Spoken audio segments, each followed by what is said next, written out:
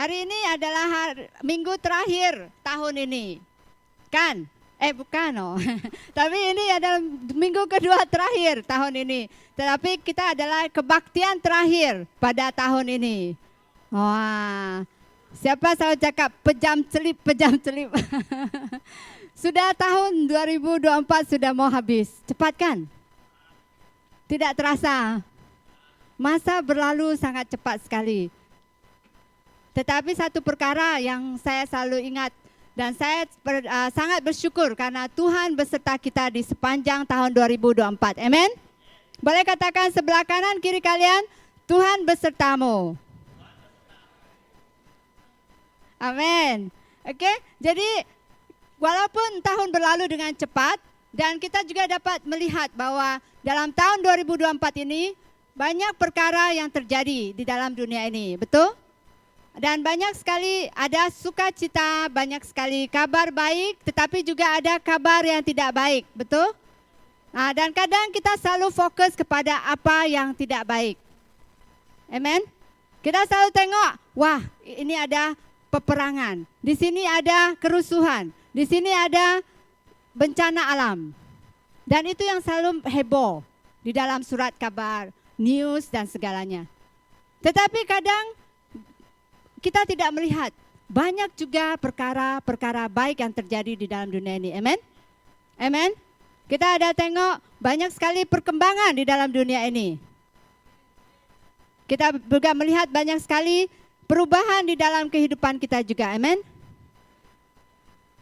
Banyak sekali Tuhan tambahkan di dalam kehidupan kita. Amen. Ada anak-anak sekolah yang masuk university atau college. Kalian bersyukur dalam Tuhan?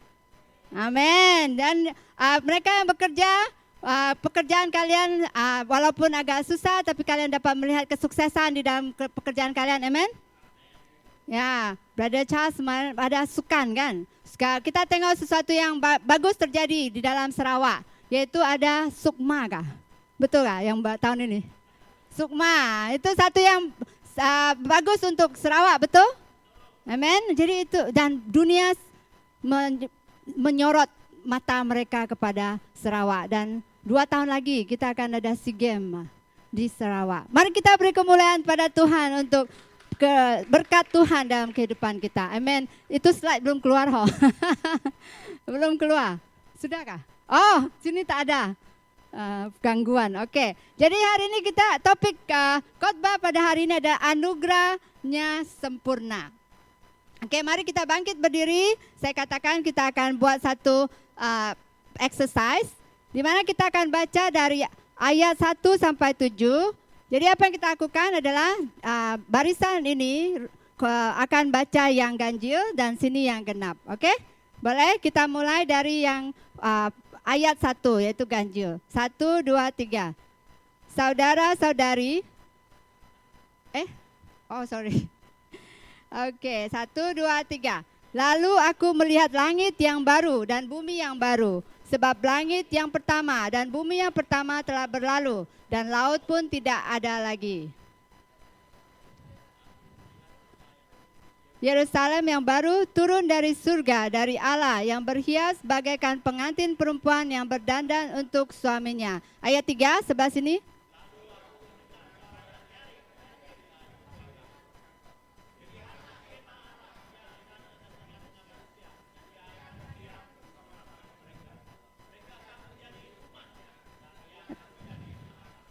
Sebelah sini.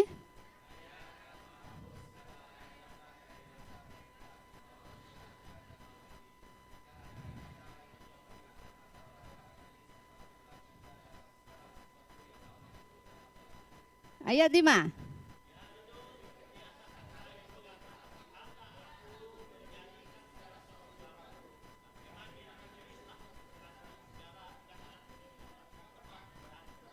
Ayat 6.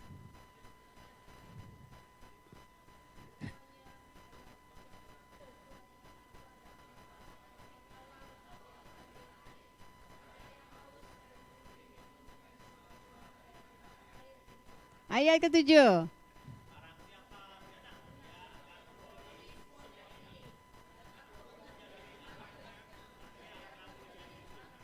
Amin. Amin. Mari kita berdoa. Tuhan, terima kasih karena kami percaya firman-Mu berguna untuk mengajar, mendidik Tuhan dan memperbaiki setiap kami Tuhan Bapa. Agar kami sebagai anak-anak-Mu diperlengkapi untuk perbuatan baik. Terima kasih, pakai hamba-Mu sebagai alat-Mu untuk menyampaikan firman-Mu dan buka hati kami untuk menerima firman-Mu seperti tanah yang subur Tuhan. Terima kasih Tuhan, serahkan semua dalam tangan-Mu. Di dalam nama Tuhan Yesus kami berdoa mengucap syukur. Amin. Silakan duduk.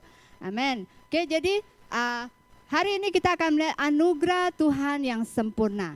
Anugerah Tuhan yang sempurna. Karena di dalam kehidupan kita, dalam 1 tahun ini, saya mau setiap kita untuk mengingat bahwa Tuhan beserta dengan kita. Dan anugerahnya sangat cukup bagi setiap kita. Amin. Jadi dalam bagaimana kita melihat anugerah Tuhan sempurna dalam kehidupan kita dalam tahun 2024 ini, dan bagaimana kita bersedia atau menyediakan diri kita untuk tahun 2025, yaitu saya akan mengkongsikan 3 poin yang akan kita bawa di dalam kehidupan kita. Amin. Pertama yaitu anugerah Tuhan sempurna, karena kita memiliki harapan di dalam Kristus. Amin. Kita memiliki harapan di dalam Kristus. Kita melihat dunia tidak semakin lebih baik, tapi kita juga melihat kabar-kabar baik yang ada di dalam dunia ini. Tetapi semua ini kita lihat bahwa kehidupan kita hanyalah sementara. Amin. Di dalam dunia ini kita akan melihat juga banyak sekali dosa, penderitaan, keputusasaan.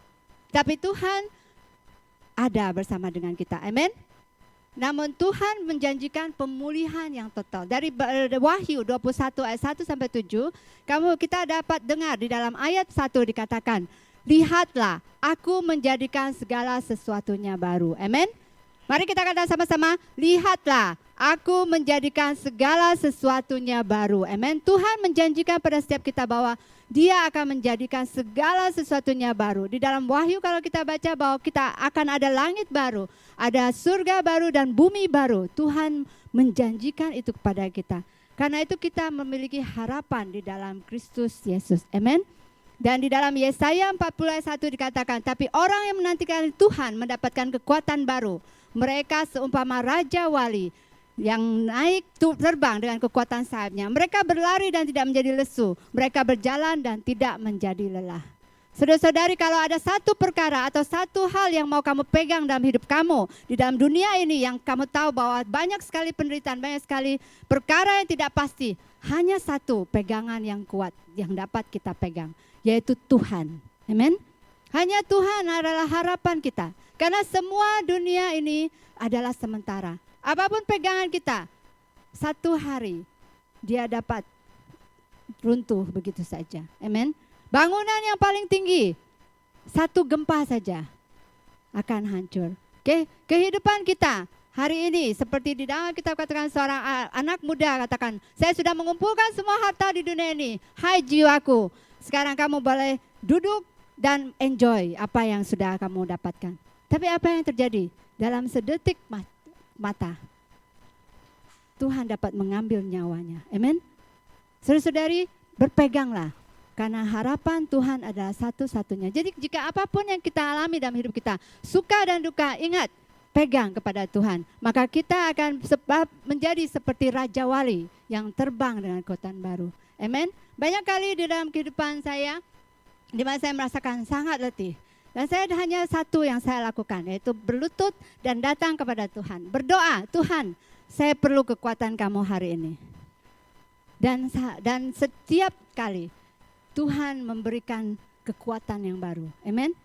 So, Tuhan dapat memberikan kekuatan baru itu kepada saya. Karena saya tahu, bukan saya. Jadi kalau apapun yang saya lakukan dalam kehidupan saya, tidak apapun yang diberikan oleh Tuhan dalam kehidupan saya, tidak pernah saya mengatakan bahwa itu adalah kekuatan saya.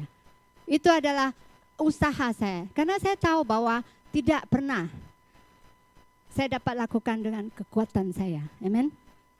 Hanya Tuhan dapat memberi kekuatan pada kita. Dan kamu pada akhir setiap hari, saya dapat berdoa kepada Tuhan. Tuhan, terima kasih karena kekuatan yang daripada Engkau. Amin. Karena itu saya mau menitipkan setiap kita. Slide berikutnya, bagaimana kita dapat terus berharap, yaitu bersyukur. Bersyukur adalah sangat penting di dalam kehidupan kita. Sikap bersyukur ini sangat penting. Kenapa? Karena ucapan syukur bukan sekedar ucapan atau ungkapan rasa terima kasih. Itu adalah sikap hati yang mengubahkan keputusasaan menjadi harapan. Kalian boleh aplikasikan ini dalam kehidupan kalian. Pada saat kamu mulai belajar bersyukur, sebenarnya itu bukan ucapan terima kasih saja. Tapi itu adalah perubahan sikap hati. Jadi keputusasaan yang ada di dalam diri kita akan diubahkan menjadi harapan. Amen. Kalau contohnya kita hanya ada memiliki sebanyak ini. Tuhan, saya hanya ada 1 jam untuk belajar. Tuhan, saya bersyukur untuk 1 jam ini.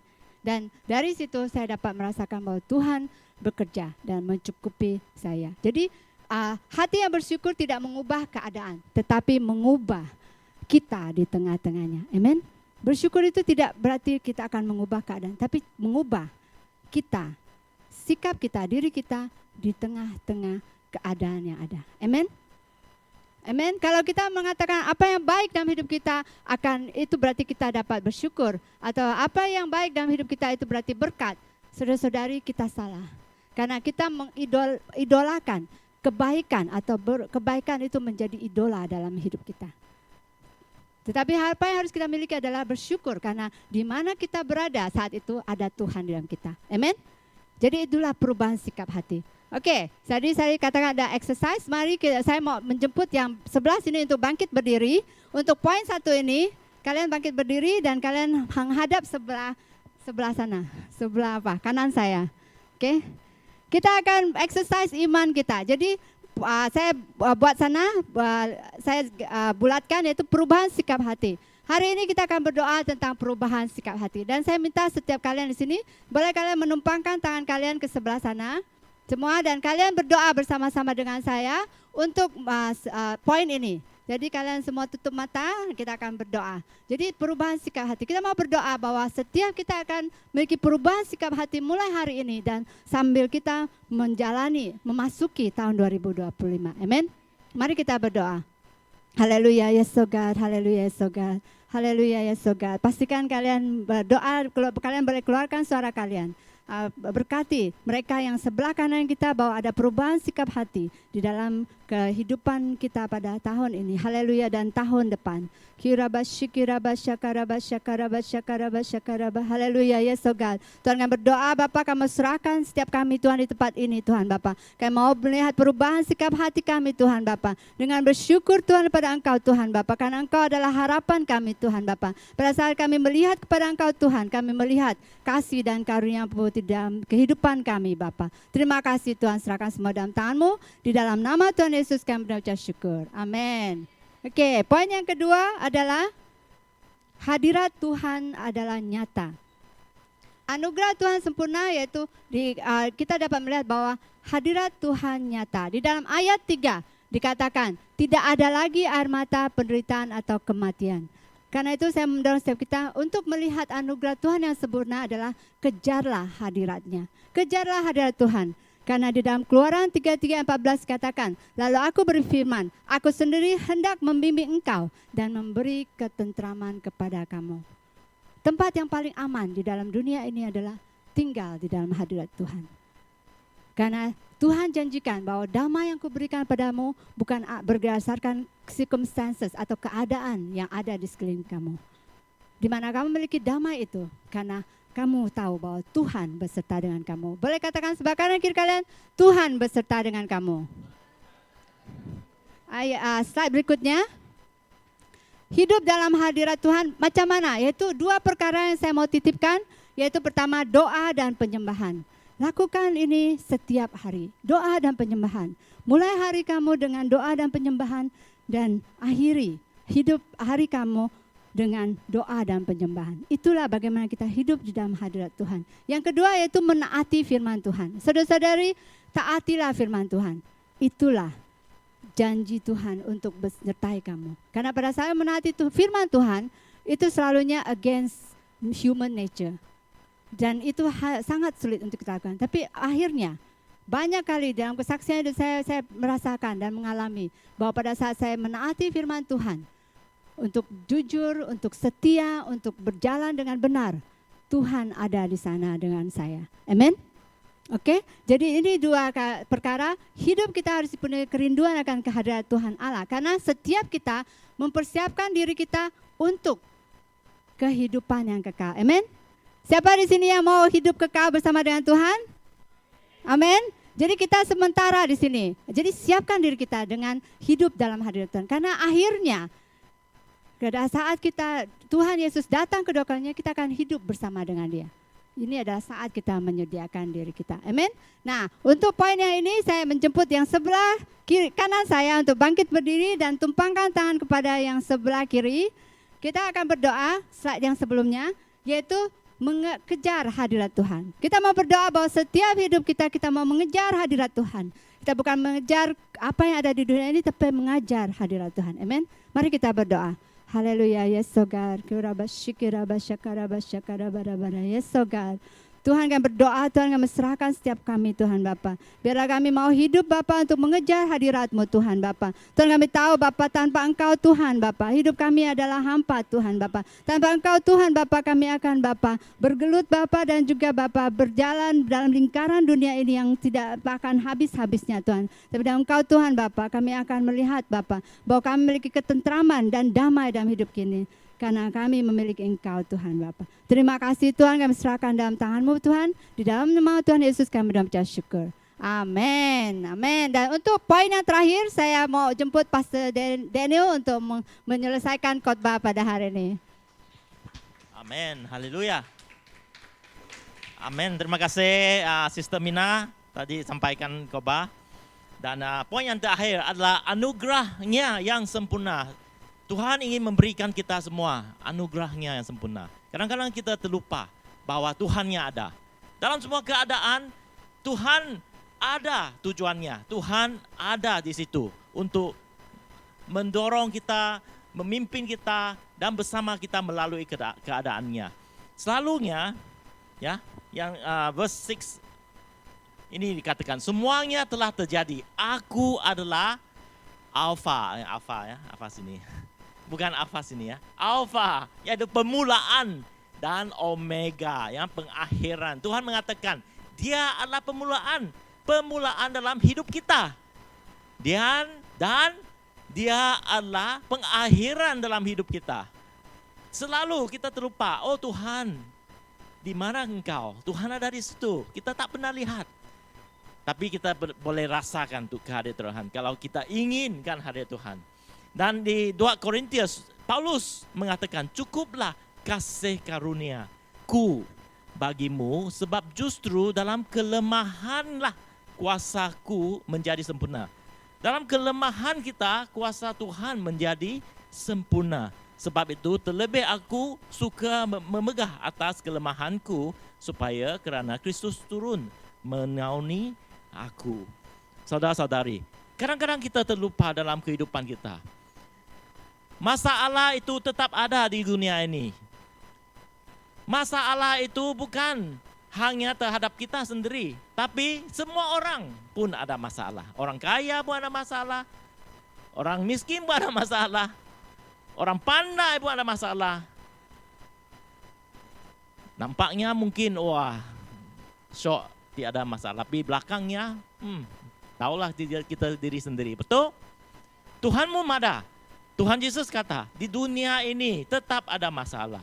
Tapi syukurlah, aku telah mengharungi masalah itu. Oleh itu kita perlu Tuhan untuk mengharungi masalah itu. Cabaran itu. Isunya bukan masalah. Isunya bukan masalah karena semua orang menghadapi masalah. Isunya adalah kelemahan kita. Betul? Kelemahan kita. Kalau kita tahu masalah itu, kita harus ada kekuatan, bukan kelemahan.